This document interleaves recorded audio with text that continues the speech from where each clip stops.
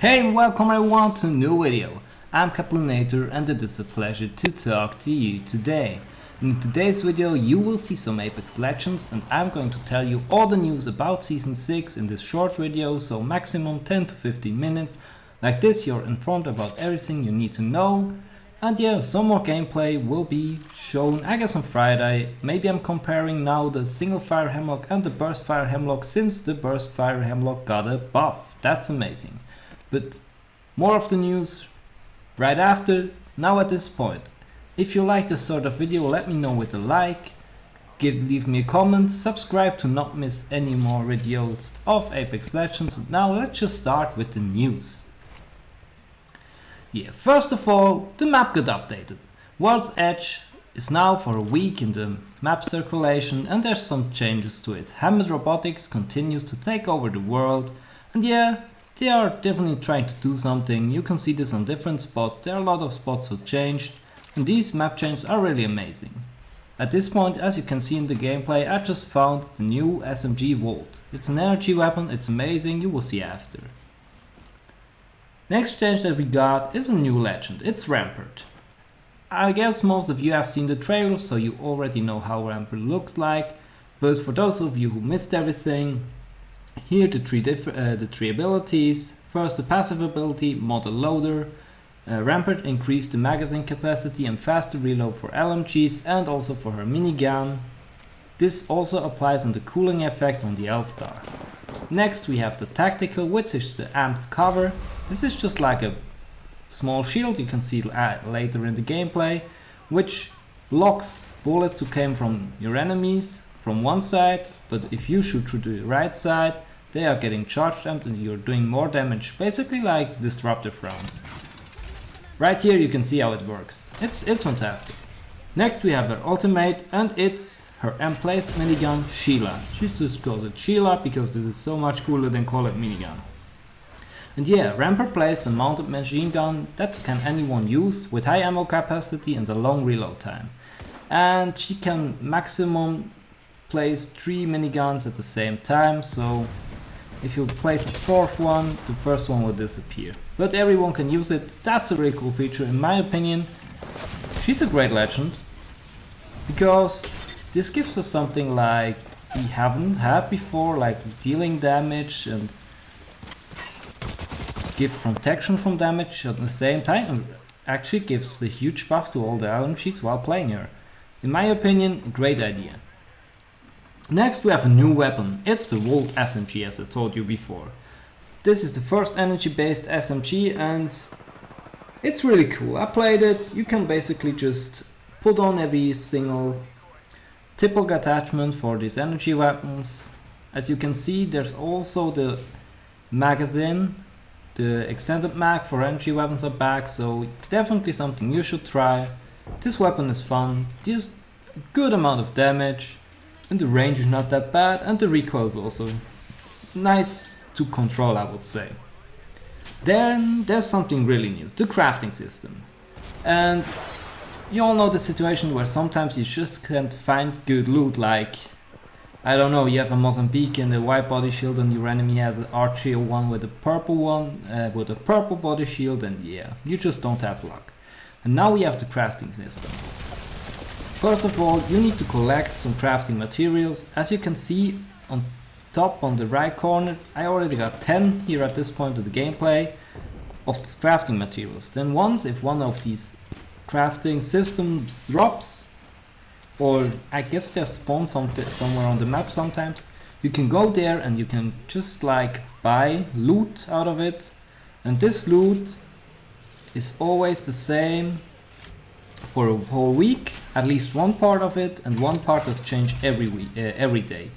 But after 1 week you will have completely new loot, and important to note here, the loot who is inside those crafting material system cannot be found on the ground. Important to notice this one. Now let's talk about some armor. With Season 6 they introduced some change to the armor, and now every shield is an Evo shield except the gold one, because obviously the gold one is just, yeah, have other effects and cannot be leveled up. But every Evo shield is an Evo shield, and you're starting directly with a grey one, and that's actually great. I guess this really rewards people for playing aggressive and going for damage. Good change in my opinion, and important to note here, they decreased the health of all those shields by 25 health, so you cannot get 225 health with a red Evo shield and full health. You will only stay at 200, important to note here. Why they did this? They want to take the time to kill a little bit down because they thought that it was a little bit too high. And also important now to level up the Evo shields. To level up the white one you need to do 50 damage, for the blue one 125, for the purple one 250, and for the red 500 damage. That's a huge amount of damage. Then they added something new. These are holo sprays, just like tags you can do in Fortnite I guess, but modern, like holo sprays. Something they just throw on the ground and then it's making some holograms. Yeah, it's a cool idea, for me not necessary, but I guess they had something to fill up the battle pass like this. Yeah. Speaking of the battle pass, this time we have some amazing skins. Actually, I really love the first skin you get for the Sentinel. I love the Sentinel, as you may know, because I have a lot of sniper videos. Can link you one up in the corner. And we have some nice skins also for the G7. The skins are in general really colorful but clean designed. I really like this. Please keep going in that direction. For me that's also something the battle pass is worth grinding. By the way, yeah, I buy the battle pass just because I had enough points. And as you know from season 5 and season 6 we will continue with the quests. You can now again daily take one of those little boxes to progress in the story, and after 7 boxes, or I guess 5 boxes every week you will have a quest. But this time it's more told in the comic style, which fits well the style of the season I guess. That's cool. At this point you can see in the gameplay how strong the Sheila is, because she's actually not really hard to control and she's doing so much damage on a really high range. As you can see here, okay, I'm just shooting at her barrier, but added a good damage. Now let's talk about legends and the patch they got. First of all recon legends, so Bloodhound, Crypto and Pathfinder, can now scan survey beacons. And that's something I don't understand, because for me that was something you need to Pathfinder, but now every one of them can do this. But they told that it's a great idea for them, and they will give Pathfinder some other possibilities to be unique again, I guess. And yeah, and especially here for Pathfinder, as long as he scans a survey beacon, his ultimate cooldown will get slowed down faster. Here one of those replicated buy stations where you can buy loot, by the way. Yeah. Next, Bloodhound. Bloodhound got a huge buff again, really a huge buff.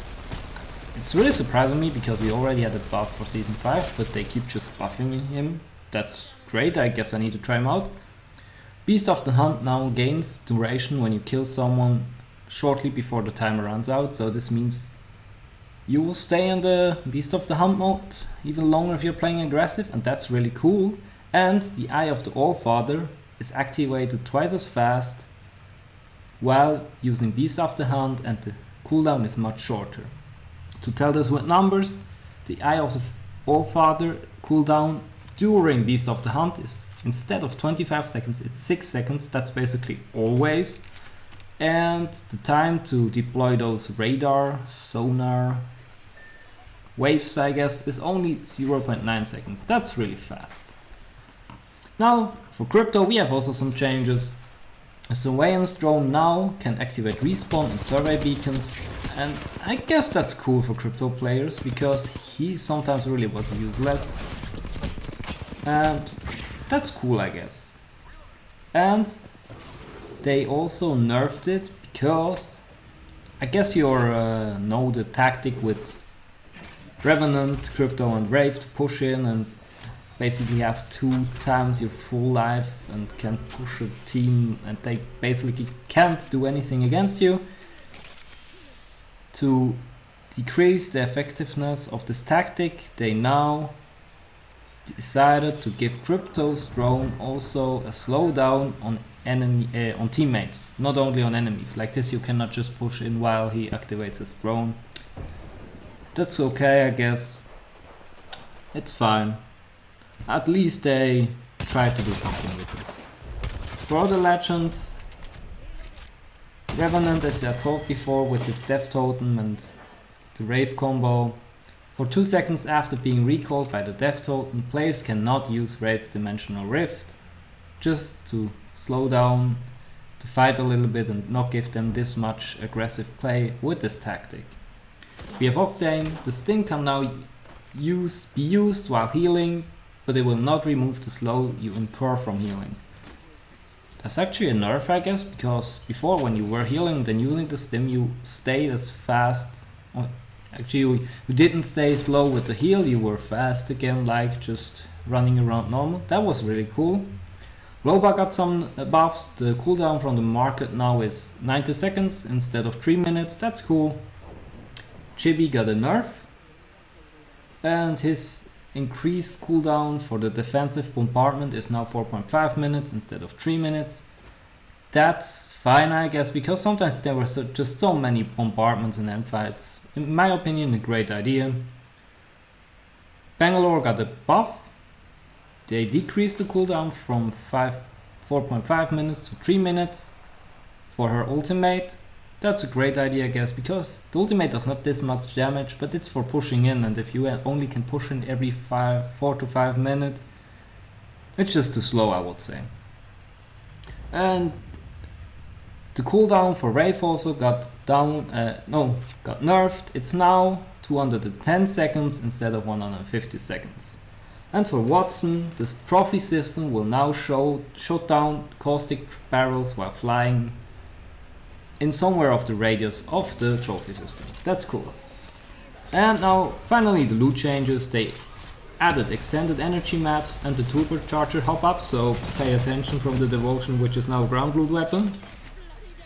And the precision choke is now not more foundable on the ground. It's directly on the weapon, so it's directly on the triple take and on the PK. You can toggle it on or off. And the rumors were true. The R99 is now a care package weapon. It got a buff. They increased the damage from 11 to 12. The magazine size is up to 32, and the ammo reserve is 160. And this is great in my opinion. I guess the meta was just all around R99s and Havocs before, and this gives them some change. I really like that. And the devotion, as I said before, is now ground loot and not a weapon of loot drops. For the fully kitted weapons we now have the devotion, the mastiff, the triple take, the flatline and the volt, and the old walls just got kicked out, and that's a great choice, I think. Even though I'm a little bit afraid of the legendary devotion being played all the time. But yeah, we will see. They updated the loot a little bit. We now have for sniper ammo the pickup from 8 to 12 rounds and the stack size from 16 to 24 rounds. That's a great buff in my opinion. Energy ammo got a nerf. The pickup is now from 30 down to 20 ammo. Then we have some weapon updates. As I mentioned before, the Hemlock got the buff. Less vertical recoil in burst mode, slightly reducing recoil in tapping on second and third shot, so first burst kicks less. That's great. And the burst mode time between bursts is 0.28 instead of 0.32. That's actually giving him a real big reduction of time to kill. We'll try this out in another video. Then the charge rifle will now use 2 ammo per shots, but the magazine size is now 8 instead of 4. Really don't care about I really hate the charge rifle. The triple take got a buff. The choke up is now built in. The magazine size is for every magazine +1, and the fire rate is now 1.4 instead of 1.25. The PK again has the choke hop up into it directly, so you can choose if you don't want to use it or if you want to. Then the Spitfire has an improved recoil controllability, and the Havoc has a new recoil pattern. We will try this, we will see if it's still this good. Yeah. The Mozambique got the increased clip size from 3 to 4, and the Tweed 2020 does now more damage without hammer point rounds. And it's 15 instead of 13, but with hammer point rounds the multiplier is now only 2.35 instead of 2.7. And the magazine size is for every category. A little bit up, we have now 12, 14, 16 and 18. And now if you have a gold armor you can charge up the Sentinel with only one shield cell. That's great in my opinion. And finally, for the Prowler, slightly reduced vertical recoil in burst mode, but increased horizontal recoil in auto mode. And yeah, that are all the news. If you don't want to miss all these news or more news in the future, don't forget to like and subscribe, show me some support, show me some love. I'm really thanking you for everything you did for me, for watching this video. My name is Capunator and it was a pleasure to talk to you today. I hope to see you back soon for another video. Ciao!